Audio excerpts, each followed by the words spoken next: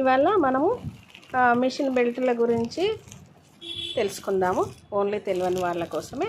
చూడండి, ఈ టైప్ ఉంటుంది ఒకటి, ఇక్కడ పెట్టింది ఇదే రకము.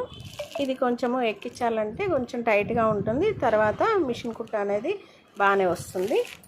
నెక్స్ట్ వచ్చేసి ఇది కాపర్ కలరు, ఇది దీనికి పిన్ ఇచ్చేస్తారు. కాపర్ బెల్ట్ ఇక్కడ ఫిట్ చేసుకునేటప్పుడు మనము లెంత్ కరెక్ట్గా చూసి ఫిట్ చేసుకోవాలండి. ఒక్కొక్కసారి లెంత్ ఎక్కువగా ఉంటుంది, ఒకేసారి కట్ చేయొద్దు, బెల్ట్ వేస్ట్ అయిపోతుంది, డబ్బులు వేస్ట్ అయిపోతాయి.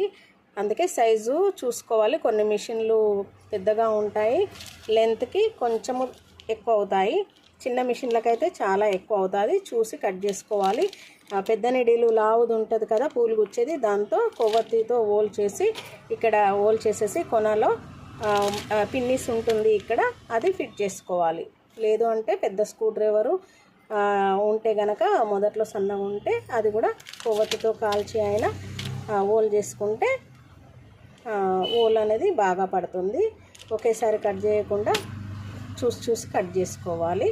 అదేవిధంగా మోటార్ బెల్టులు సైజెస్ వైజ్గా ఉంటాయి, ఒక్కొక్క సైజులు.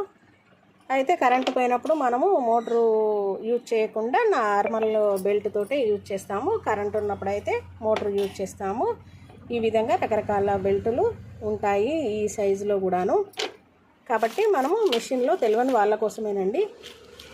ఇది ఎలా ఫిట్ చేసుకోవాలని కూడా బెల్ట్ తీసుకెళ్ళేటప్పుడు కూడా కొందరు డౌట్స్ అడుగుతారు. ఈ విధంగా ఎక్స్ప్లెయిన్ చేస్తాను, ఓన్లీ తెలియని వాళ్ళ కోసమే. ఈ విధంగా 3 రకాలుగా ఉంటాయి. సరేనండి బెల్టులు. Thank you.